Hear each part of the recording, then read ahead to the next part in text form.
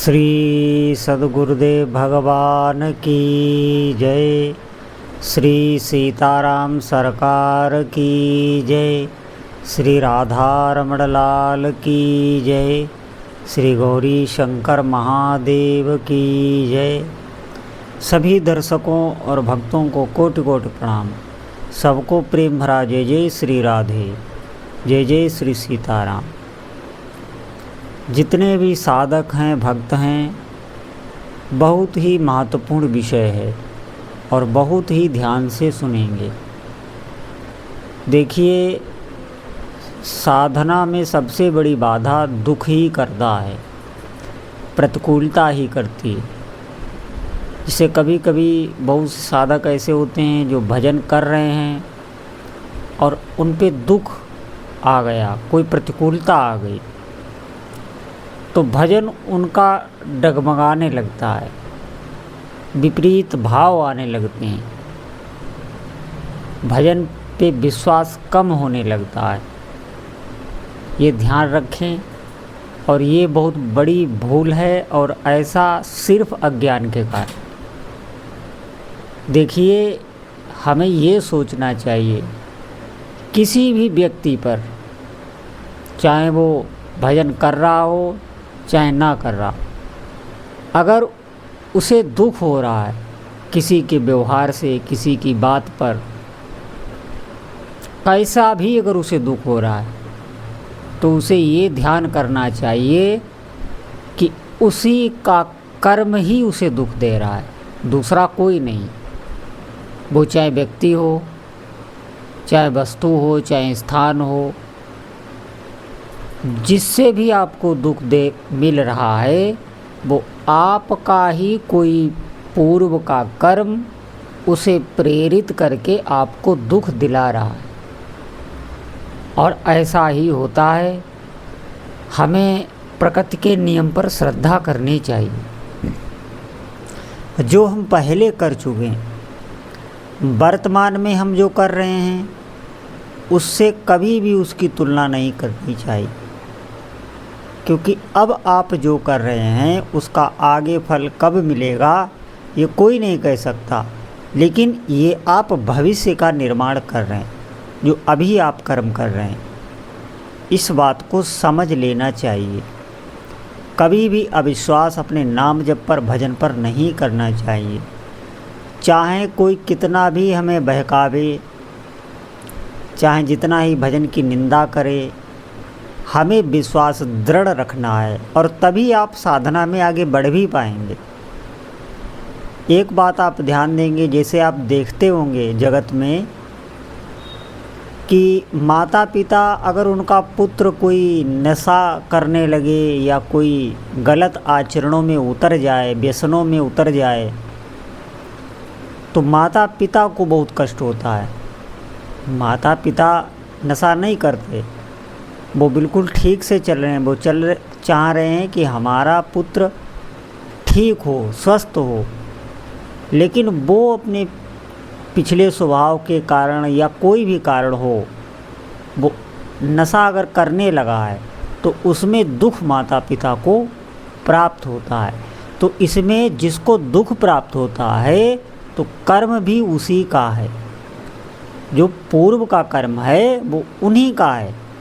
वो भले पुत्र के माध्यम से मिल रहा हो, संयोग कोई हो सकता है, लेकिन जिसको भी दुख हो रहा है, कर्म उसी का होता है। अब आप कहेंगे तो फिर पुत्र को उसका दंड नहीं मिलेगा, वो दुख दे रहा है। हाँ, उसे भी मिलेगा। वो अब कर्म ऐसा कर रहा है, तो इसका परिणाम उसे आगे निश्चित मिलेगा।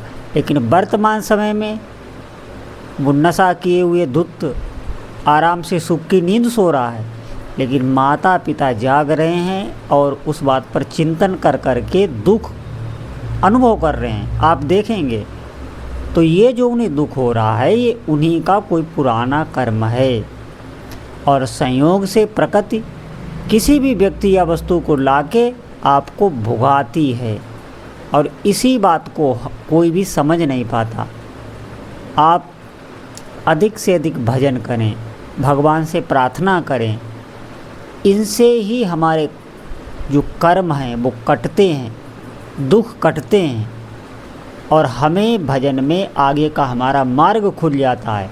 जैसे आप देखेंगे कोई पर कितनी बड़ी सज़ा पड़ गई हो और वो अच्छा आचरण करने लग जाए तो आप देखेंगे कि सज़ा में उसकी छूट मिल जाती है, उसे उसकी सज़ा कम कर दी जाती है, आधी कर दी जाती है या कभी कभी मुक्त भी कर दिया जाता है। इतने अच्छे आचरण जब करता है, वो सेवा इत्यादि करने लगता है, बहुत अच्छी तरीके से रहने लगता है, तो उसकी सज़ा कम कर दी जाती है, उसे छोड़ भी दिया जाता है उसके आचरण देखकर। यहाँ इस मैं जगत के कानून की बात कर रहा हूँ।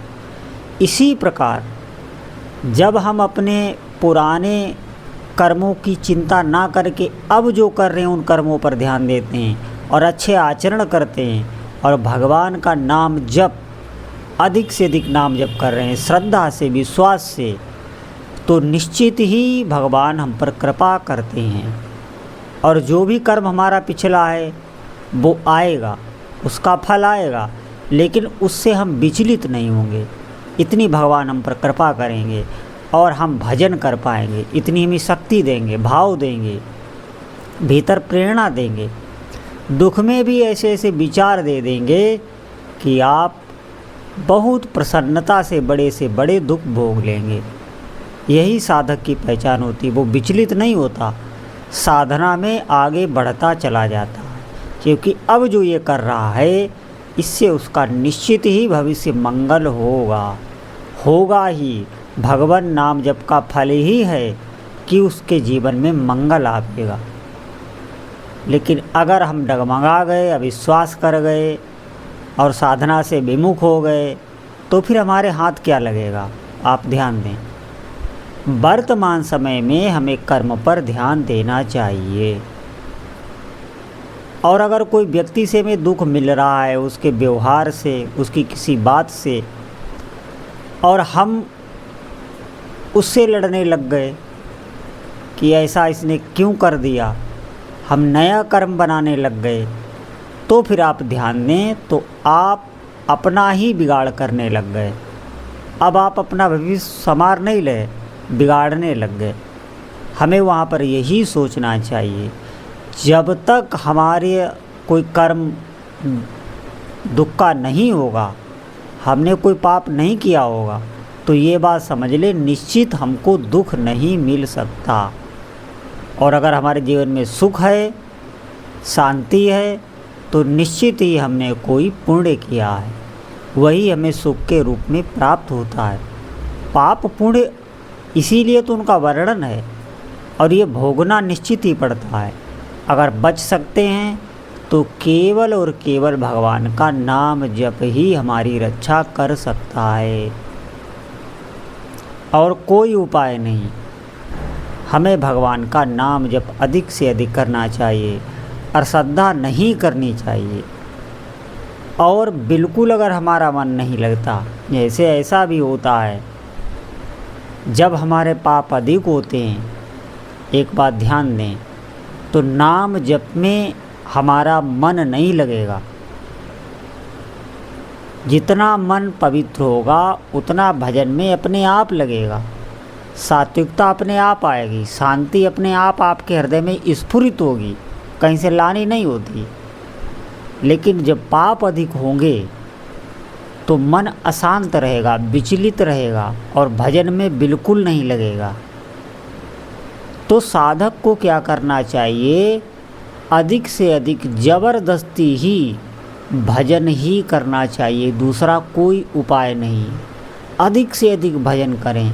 जब आपका मन बिल्कुल ना लगे तो संकीर्तन करने लग जाएं, भगवान की लीला कथा सुनने लग जाएं, भगवान की कोई सेवा करने लग जाएं और फिर प्रयास करते रहें नाम जप का।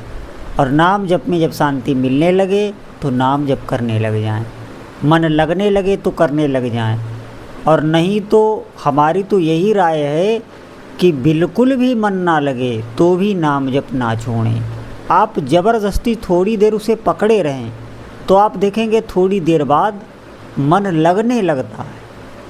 हम वो थोड़ी देर जो समय होता है जिसमें संघर्ष होता है उसी को हम सहन नहीं कर पाते।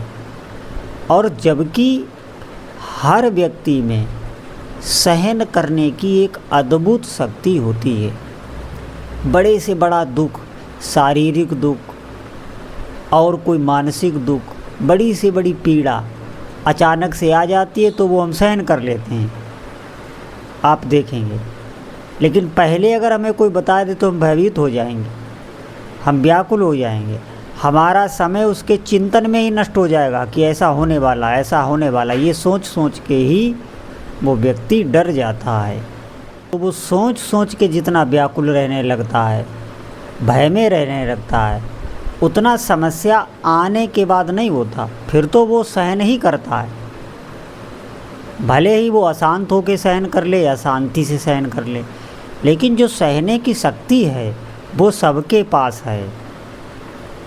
और इसी का प्रयोग अगर हम भजन में कर लें, भजन में बैठें और इसी का चिंतन करते हुए, मन जाए भले ही लेकिन हम ज़बरदस्ती नाम में उसे लगाएं, बार बार नाम का स्मरण करें, तो आप देखेंगे कुछ ही समय बाद मन लगने लग जाएगा। काम बनेगा वो नाम जप से ही बनेगा। स्थिति अगर कोई आएगी तो वो खुद जब आप अपनी जीभ से नाम जप करेंगे तो आएगी। अधिक सुन लेने से, अधिक ज्ञान पढ़ लेने से आप देखेंगे ये स्थिति नहीं आती।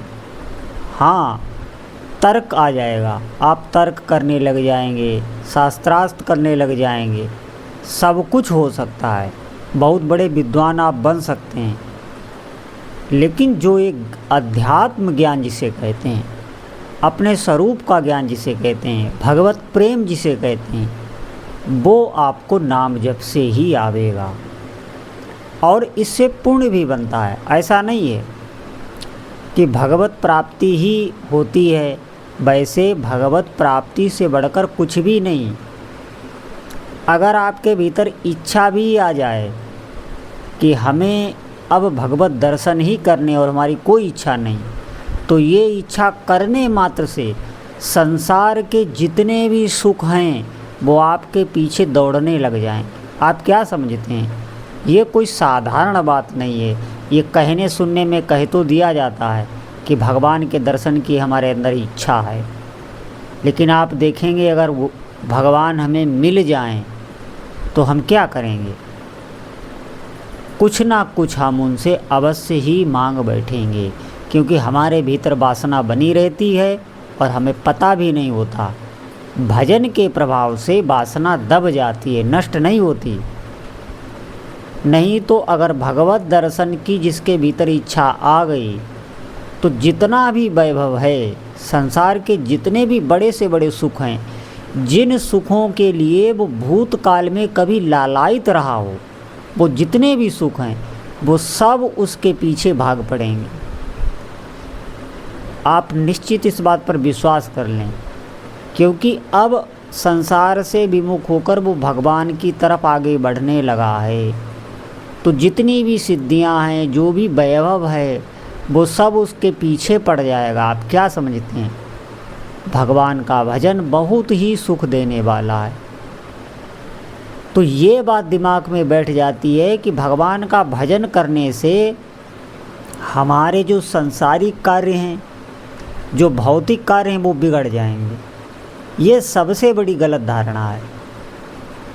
जो भी भगवान का भजन करता है, जो भी जिस भी इष्ट शक्ति का भजन कर रहे हैं, यहाँ भेद नहीं है। देखो, आपके जो भी इष्ट देव हों, आपको उन्हीं को सर्वस्व मानना है, तो वही सर्वस्व होते भी हैं। कोई शक्ति कम और ज़्यादा नहीं है। आप पुराणों में देखेंगे, जिस भी देवता का वर्णन है पूर्णता से वर्णन किया गया है और उसी से समस्त जगत उत्पन्न हुआ है, ऐसा ही पुराणों में लिखा है। किसी भी देवता को छोटा नहीं दिखाया गया है। तो जो भी साधक है, उसके जो भी उपास्य देव हैं, उन्हीं को संपूर्ण माने, उन्हीं को पूर्ण माने और भजन करे। आपको इष्ट देव नहीं बदलने हैं। तो आप देखेंगे सब कुछ आपको उसी नाम से प्राप्त होने लगेगा। जिन भी इष्ट देव का आप नाम जप कर रहे हैं, आपके समस्त भौतिक कार्य भी पूर्ण होने लगेंगे, क्योंकि सभी शक्तियाँ पूर्ण ही हैं। वो जगत में अलग अलग कार्य करने के लिए उनके नाम अलग हैं, रूप अलग हैं, लेकिन वो सब हैं एक ही, उनमें भेद बिल्कुल नहीं है। जो मानता हो वो माने, लेकिन मैं आपको बता रहा हूँ इष्ट बदलने की आवश्यकता नहीं है, नाम बदलने की आवश्यकता नहीं है। जिनमें भी आपका भाव बनता हो, जो भी आपके इष्ट देव हों, जो आपको परंपरा से मिले हों, या स्वाभाविक ही आपका जिनके प्रति आकर्षण हो, आप उनका जो भी आपको नाम अच्छा लगे वो नाम अधिक से अधिक रटें। तो इससे क्या होगा कि भगवत प्राप्ति की भावना तो बनेगी ही, समस्त कामनाओं इच्छाओं का अंत तो होगा ही। जब अधिक से अधिक आप जप करेंगे तो निश्चित ही आपकी कामनाएं कम होने लगेंगी, आपकी इच्छाएं कम होने लगेंगी। लेकिन आप ये न समझें कि हम भौतिक पदार्थों से वंचित रह जाएंगे, हमारे भौतिक कार्य बिल्कुल बिगड़ जाएंगे। ऐसा नहीं है, ये भय बहुत ही गलत है। ऐसा कभी होता नहीं। सब कुछ उस साधक को प्राप्त होता है, कोई भी कमी का उसे अनुभव नहीं होता। भगवान का नाम जब पूर्ण है, कल्पतरु है, ऐसी कोई वस्तु नहीं है जो वो दे नहीं सकता। बात ये है कि हम जप कितना कर रहे हैं, हमारा पिछला प्रारब्ध कैसा है, हमारे कैसे कर्म हैं, कितने पाप हैं, कितने पुण्य हैं, उस हिसाब से पहले आपके पापों को वो नष्ट करता है। जो बाधा देने वाले हैं, बाधा ऐसे देते हैं जैसे आप भले ही अभी कोई शुभ कार्य कर रहे हैं तो आप देखेंगे कभी कभी शुभ कार्यों में भी बाधा हो जाती है, शुभ कार्य आप नहीं कर पाएंगे। भले ही आप कोई दैवीय अनुष्ठान कर रहे हैं उसमें भी बाधा आ जाती है, अच्छे कार्यों में भी बाधा आ जाती है। वहाँ पे ऐसा नहीं है हम ये सोचने लग जाते हैं कि ये देवता नाराज़ हो गए तभी ये बाधा आ गई, या कहीं ये शक्ति हमसे कुछ और तो नहीं करवाना चाह रही। बहुत प्रकार के संशय हम अपने भीतर लाते हैं, लेकिन वो संशय हमारे खुद के होते हैं, हमारी वासनाग्रस्त होते हैं। उस दैवी शक्ति का उन संशयों से कोई मतलब नहीं। वो आपके पूर्व कर्मों के अशुभ या शुभ उनका फल आया है। अब वो उस समय आ गया जिस समय आप कोई अच्छा कार्य कर रहे हैं, वो एक संयोग मात्र है। यही जब आपका भजन अधिक बढ़ेगा तो आपका जो प्रारब्ध है, तो जो अशुभ हैं वो आपकी साधना में विक्षेप ही नहीं करें, वो उस समय आएंगे ही नहीं। आएंगे तो बहुत सूक्ष्म रूप से आएंगे, उनकी आपकी साधना पर कोई प्रभाव भी नहीं पड़ेगा। ऐसा होता है, आपको विश्वास करना पड़ेगा। वो दैवी शक्तियाँ उस साधक की सहायता करती हैं, उन पाप कर्मों को, उन दुखों को सूक्ष्म रूप से भुगवा देती हैं और साधक साधना में आगे बढ़ता चला जाता है। हमें इस बात पर विश्वास करना होगा और कभी भी मन में यह धारणा नहीं लानी चाहिए कि हमने नाम जप आरंभ किया या हमने कोई भी पुण्य का कार्य कर रहे हैं, कोई भी अच्छा कार्य कर रहे हैं तो उसमें ये बाधा है। वो बाधा नहीं है, वो आपका कोई कर्म ही है जो उस समय आ गया है। आपको धैर्य नहीं खोना है और अपने भजन में या जो भी आप समाज सेवा धार्मिक अनुष्ठान कर रहे हैं उसी में ही लगे रहना है। आपको पुरुषार्थ करना है, वर्तमान के कर्म पर ध्यान देना है, उसे आपको अच्छी तरीके से करना है, क्योंकि वही आगे भविष्य बनेगा। अभी जो फल आ रहा है वो सब पूर्व का आ रहा है और यहीं पर गलती होती है, सबसे होती है। इसी बात को हमें समझना है। आप देखेंगे, आप इस धारणा को अपनावें तो आपको अनुभव में आने लगेगा। देखिए, इसके लिए पवित्र अंतःकरण की भी आवश्यकता है। कोई भी बात जो शास्त्र की है उसे आप ग्रहण ही नहीं कर पाएंगे, अपनी धारणा में ला ही नहीं सकते अगर आपका अंतःकरण पवित्र नहीं। इसीलिए नाम जप तो हर जगह बहुत ही आवश्यक है। हम तो कहते हैं कोई भी व्यक्ति हो, चाहे भले ही वो कोई किसी भी जाति का हो, कोई भी उसका नौकरी व्यवसाय हो, कुछ भी हो, उसके लिए नाम जप बहुत आवश्यक है। नाम जप उसके हृदय में वो स्थिति देता है कि उसके भीतर श्रद्धा उत्पन्न होती है, श्रद्धा उसकी बढ़ती है।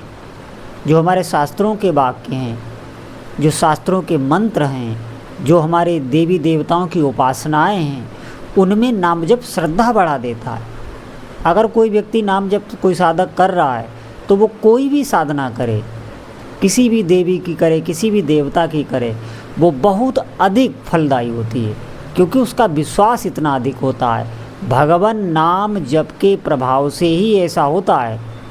नहीं तो आप देखेंगे जब भगवान प्रकट रूप में थे तब भी उनको जो न मानने वाले थे, जो बिल्कुल पापाचारी थे, जिनका अंतःकरण अपवित्र था, उन्होंने नहीं माना। उन्होंने भगवान को भगवान नहीं माना, जबकि वो अवतार लेकर समस्त शक्तियाँ लेकर आए थे, तब भी उन्होंने भगवान को भगवान नहीं माना। अपवित्र अंतःकरण के कारण ही वो भगवान को भगवान नहीं मान सके। इसीलिए नाम जप बहुत ही आवश्यक है। ये जो हमारे भीतर मलिन संस्कार होते हैं, जो हमें अपवित्र करते हैं, मलिन संस्कार, जैसे हमने पाप पहले बहुत से किए हैं, तो उन पापों का एक संस्कार हमारे चित्त पर पड़ता है, जिसे आदत कहते हैं। वो संस्कार हमारे चित्त में हैं और उन संस्कारों के प्रभाव से हमें कहीं पर श्रद्धा ही नहीं होगी। उन संस्कारों को ही नाम जप नष्ट करता है। और कई भी धार्मिक क्रियाएं हैं, लेकिन उनसे वो संस्कार नष्ट नहीं होते। उन संस्कारों के द्वारा जो आप पाप करते हैं वो तो नष्ट हो जाएंगे, लेकिन संस्कार नष्ट सिर्फ भगवान नाम जप ही करता है। इस बात को हमें समझना पड़ेगा। संस्कार ही नष्ट कर देता है, जड़ ही नष्ट कर देता है, तो कर्म बनेंगे ही नहीं। इसीलिए हमें अगर वर्तमान समय को भगवान के मार्ग पर लगाना है, जीवन सुखमय बनाना है, कि हमारा जीवन सुखमय हो, हमें भगवान की प्राप्ति हो, क्योंकि बार बार मनुष्य शरीर नहीं मिलता है। ये बहुत ही कृपा करके प्रभु ने हमसे दिया है और बहुत ही अमूल्य समय है वर्तमान समय, जिसमें हम जी रहे हैं, होश में हैं। तो जब तक होश में है, शरीर हमारा निरोगी है, हम इतना भजन करने लग जाएं कि आगे जो भी हमें दुख प्राप्त हो, जो भी हमारा प्रारब्ध आए, उसे हम आनंद के साथ भोगते हुए अपनी साधना कर लें। ये स्थिति भगवान देते हैं, नाम भगवान देते हैं। हमें अधिक से अधिक नाम जप करना चाहिए और कोई दूसरा रास्ता नहीं है। ये संसार बहुत ही भयावह है, आप निश्चित मानिए। इसमें जो भी हम ये बुनते रहते हैं, आगे ये कर लेंगे, आगे ये भोगेंगे, आगे ये कर लेंगे तो ऐसा होगा, ऐसा कर लेंगे ऐसा होगा, निश्चित मानिए ये केवल चिंतन का ही आप सुख ले लीजिए। जब वो समय आएगा आपको पता चल जाएगा कि सुख क्या है। सुख इस संसार में है ही नहीं। हमें ये शरीर मिला है उपासना के लिए, भगवान की भक्ति करने के लिए, जो हम वास्तविक सुख प्राप्त कर सकें। इस बात पर हमें चिंतन भी करना चाहिए।